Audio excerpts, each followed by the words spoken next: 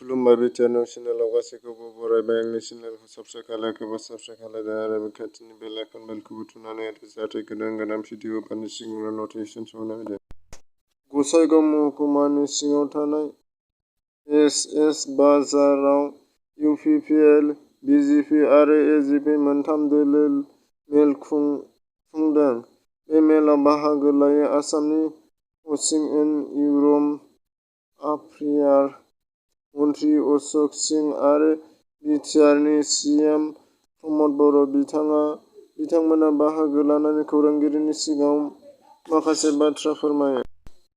चिरांनि जेएमसि हस्पिटालाव हरखाब दावबायहैदों बिटिआरनि हाग्रा बिफाननि मावफुं सोद्रोमा रनजित बसुमतारी। बिथाङा हरनि 1 रिंगासो समाव मैदेरा गाग्लोबनानै 3 सुबुंनि जखम जादों। खौरांगिरिफोरनि सोंनायाव बे बाथ्राखौ फिन होदों नखरनि मानसिया।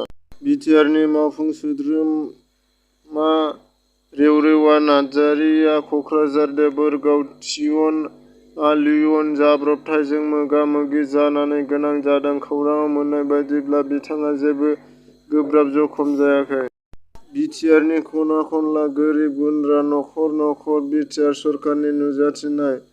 मैया बिटिआरनि मावफुं सोद्रोमा रनजित बसुमतारी बिथाङा बियाबनि सिङाव थानाय बेंटल सेरफाङाव पिसिडिसिनि गोबां गामिफोराव बेरायना गोरिब सुबुंफोरनि नखर थांना रायजो-राजाफोरखौ खौरां लाहैदों। मुलुगनि मुंदांखा जारिमिन माहारियारि मानास हाग्रा गोदान आलासिनि आगान। मानास हाग्रामायाव आरोबाव जोनोम मोनबावबाय गान्दानि फिसा लोगो गान्दानि अनजिमायाबो मोसाजों समान जाहैबाय। जोबनायाव पुलिसनि जेलाव नांनो गोनां जाबाय।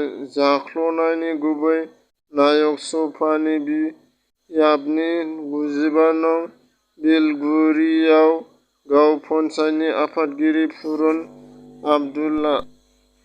गेलेमु फेसन सान फालिनायजों लोब्बा लानानै मैया भेरगाव साब डिभिजनआवबो फुंनि 6 रिंगानिफ्राय जागायजेननाय गोलाव मिनि माराथन आरसि खारनाय हाबाफारि लानाय जादों। आसामनि प्रगेसर बरुवानि जोनोम सान आरो स्टुडेन्टस डेखौ लोब्बा लाखिनानै मैया बाक्सा जिल्लानि बेन्दोआव थानाय सालबारि महकुमानि सालबारि फरायसालिनि गेलेग्रा फोथाराव डिएसअ, बाक्सा जिल्लानि आरो सालबारि डिस्ट्रिक्ट स्पर्टस एस'सियेसननि बानजायनायाव हाफ मेराथन खारनाय हाबाफारि लादों। बे हाबाफारियाव बाहागो लानानै सालबारि फरायसालिनि भाइस प्रेसिडेन्ट ड दिलवन बसुमतारीया बे हाबाफारिखौ खौरांनि गेजेरजों फोरमायथिनानै होयो।